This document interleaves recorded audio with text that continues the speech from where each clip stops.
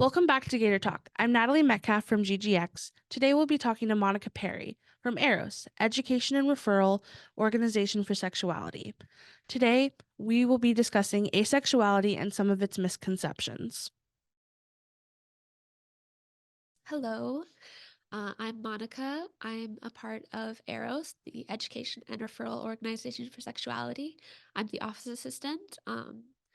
We provide safe sex supplies and uh, sexuality related events on campus. We recently did a kink and bondage workshop. We do these kinds of events, and I help support these events. Nice. So today we're going to be talking about asexuality. Yes, my favorite topic. And you brought a flag. Yes. And that's super cool. If you could just tell me about like asexuality and like what the definition is, and if you are asexual. Yes, I am asexual. Um, Asexuality, the hardcore definition of it is uh, as a person who doesn't experience sexual attraction. It's the opposite of allosexuality, which is someone who does experience sexual attraction, and that's most people. Most people won't realize that they're allosexual because it's just the norm. Mm. But people who are asexual need um, that word, to describe people who are the opposite of them. It's like cisgender and transgender. You don't realize when you're cisgender until you're talking about transgender folks. Mm. So for asexual people, you won't realize that you're asexual until you've discussed, how you fit into allosexuality, which is usually you realize you don't fit into that. Um, when did you realize you were asexual? What was that process like? It was a very long process, to be honest. I started thinking about it in my freshman year of high school when I was 15. Um, I had come from a very protected school where no one really talked about sexuality. We knew we were kids and we were staying kids and we're like, we're not going to talk about this. We had crushes and stuff, but it was very light stuff. And then when I went to high school, it was entering like a public high school. Everyone came from different schools. Everyone had very different experiences from me. And people started asking me, what's your sexuality? Mm. Like it was a common topic. And I was like, oh, I thought it was too early for me to be thinking about these things. So I started to consider it and I was like, you know what? I don't think I feel that much differently between girls and guys. So maybe I'm bisexual. Um, but eventually over time, as I kept considering it, I kind of realized that my feelings towards other people were very different from other people's Mm. feelings.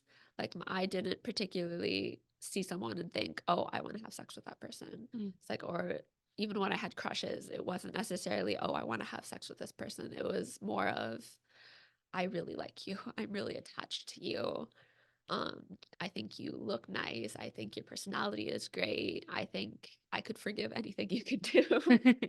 um, but it was about 3 years ago when I was about 22 or 23 that I finally decided, I'm going to accept this label of asexual for myself because I feel like that's the best way to communicate how I feel right now.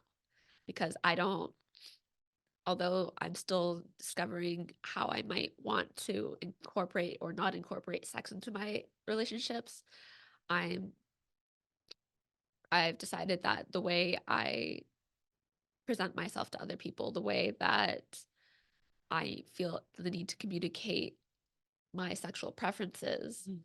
is by saying I'm asexual.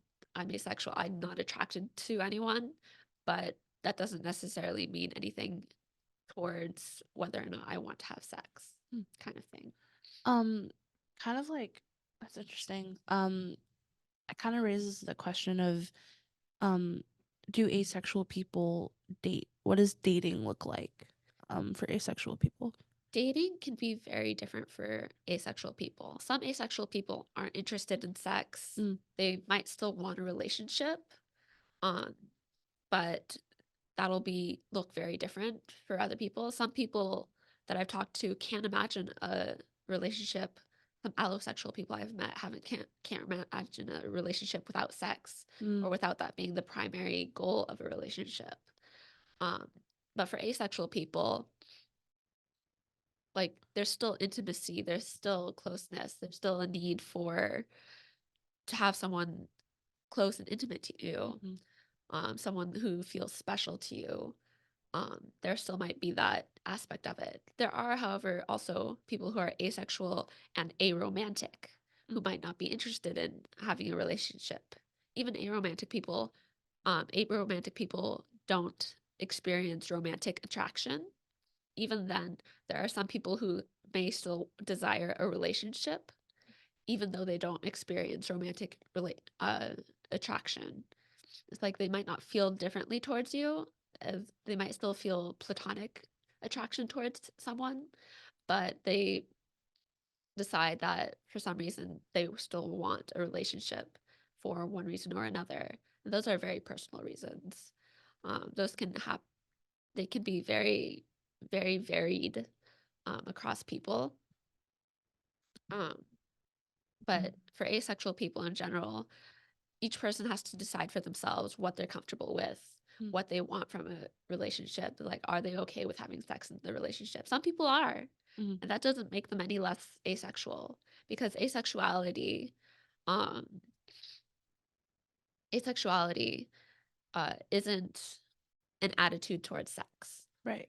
Asexuality is a sexual orientation.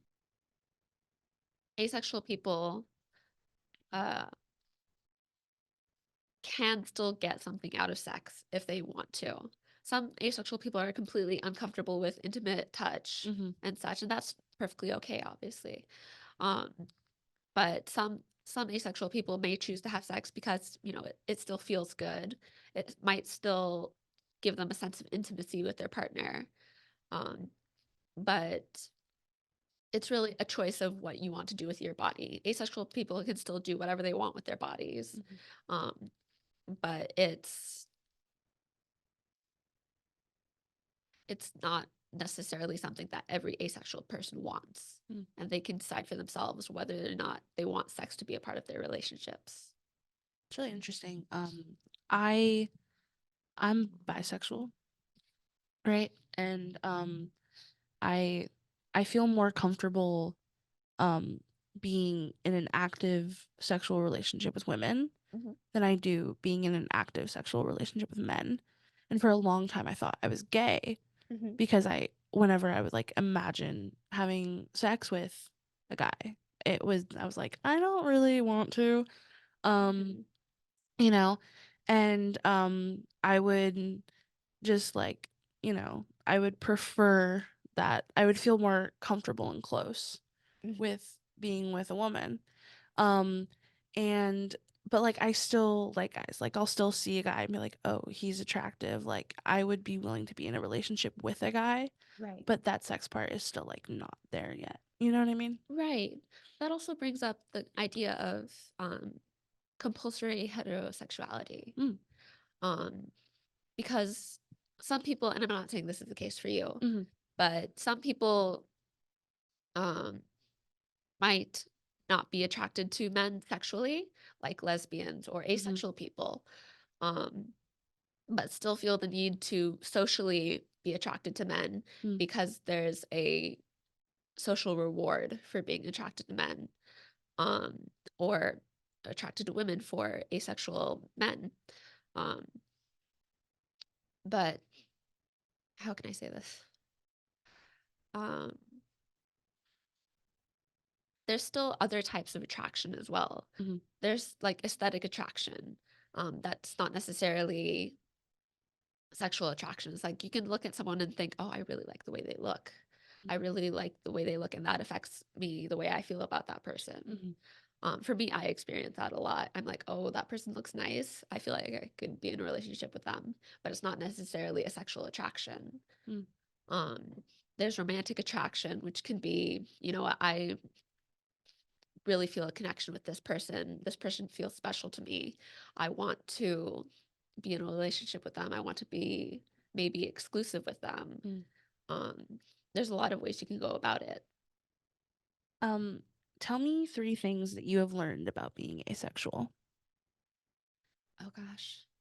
If there are more than 3 things, if there are like 2 or just 1, and yeah, Yeah. but I think something to know about asexuality is that it's a spectrum.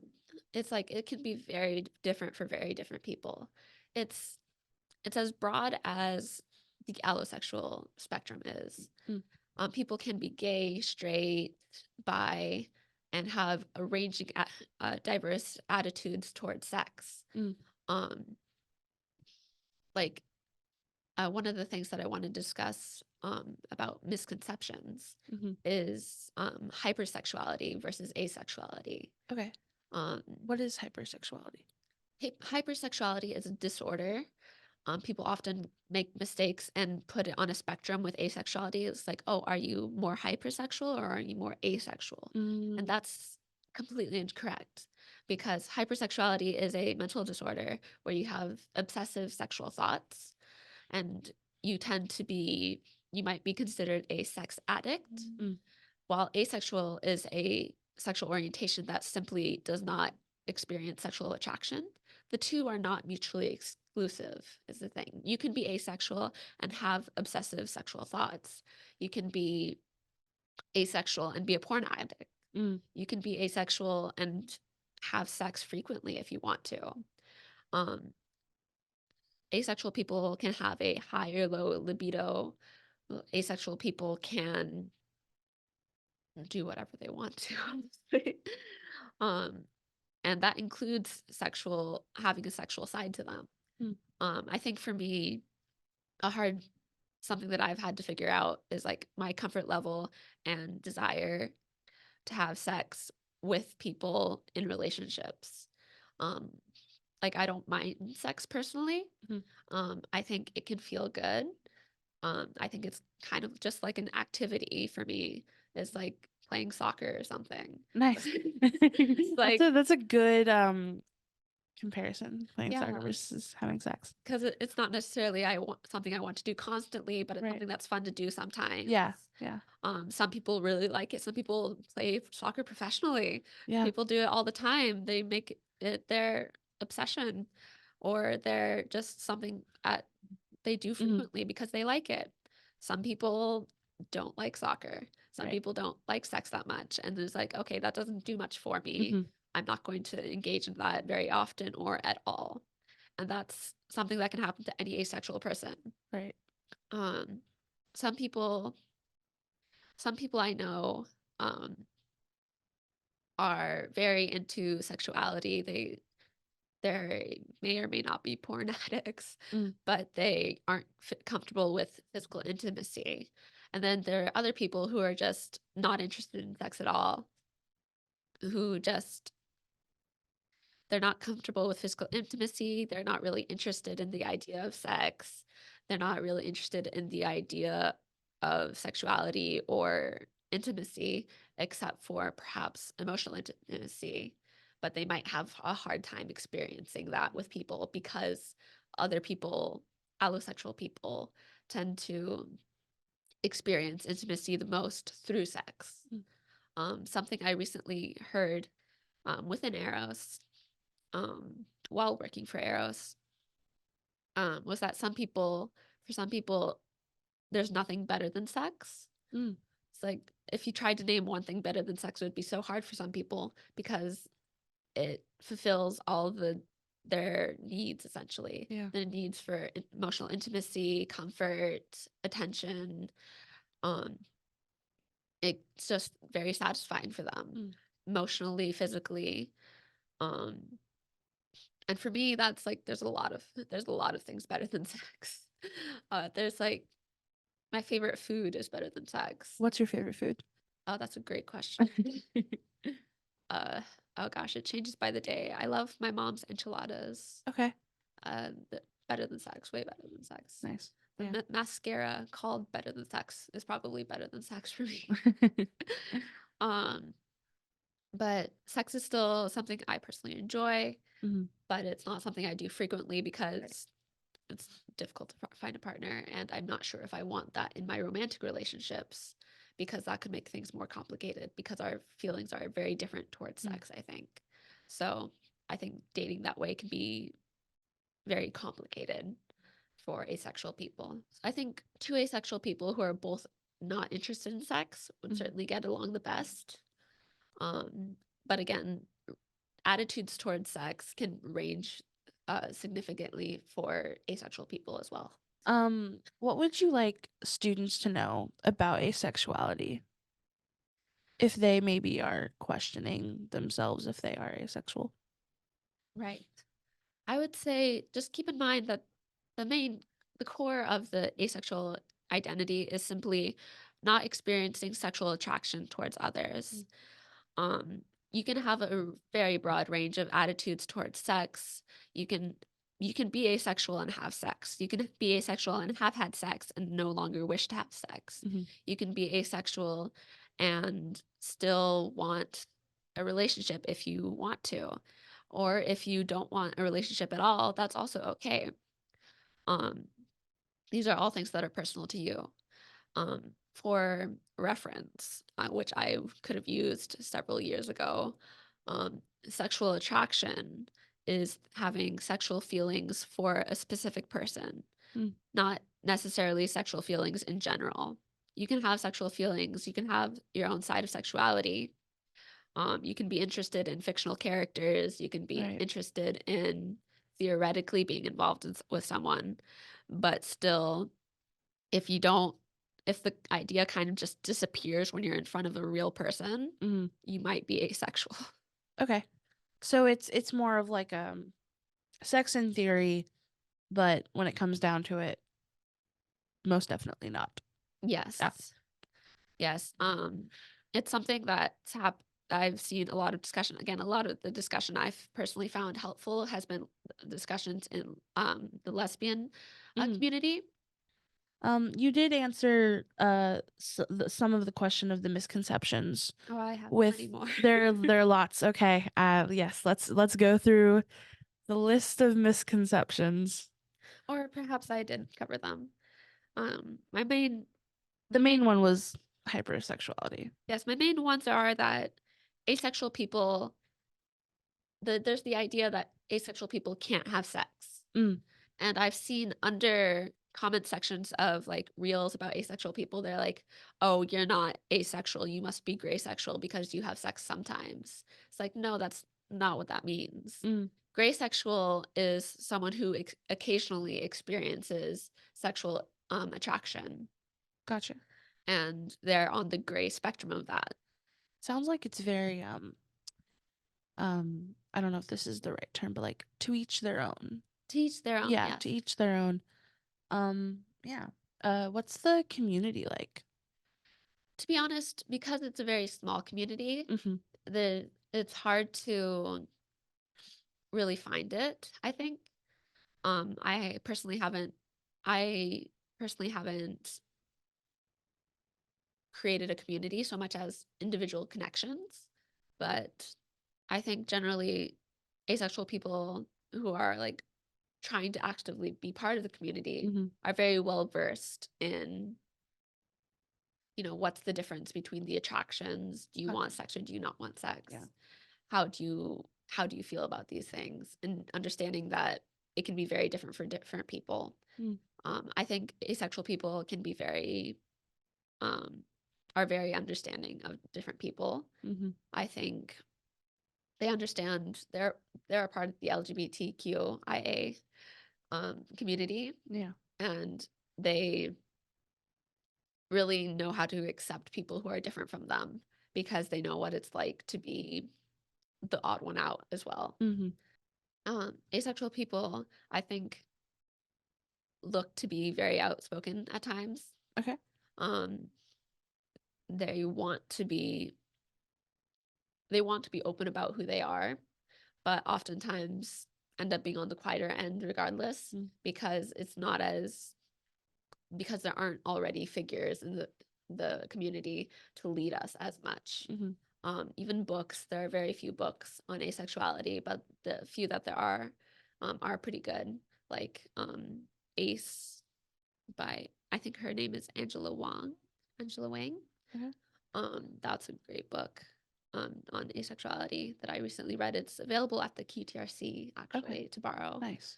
Um, but I think, yeah, the community is still forming, I think.